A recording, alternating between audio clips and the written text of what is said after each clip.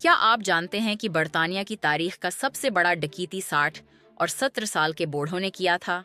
2015 में एस्टरविक एंड पर जब हीटन गार्डन की इमारत 4 दिन के लिए बंद थी, तो उन डायमंड गीजर्स ने 14 मिलियन पाउंड का खजाना लौट लिया। ये पेंशनर्स कोई आम चोर नहीं थे। उन्होंने महीनों तक मंसूबाबंदी की, कई अलार्म सिस्टम बंद किए और इंडस्ट्रियल डायमंड ड्रिल बट्स इस्तेमाल करके 3 फुट मोटी मजबूत दीवार में सुराख किया। उनके पुराने तरीकों से पुलिस हैरान रह गई, लेकिन सीसीटीवी फुटेज और फोन के सबूत ने उनका राज खोल दिया।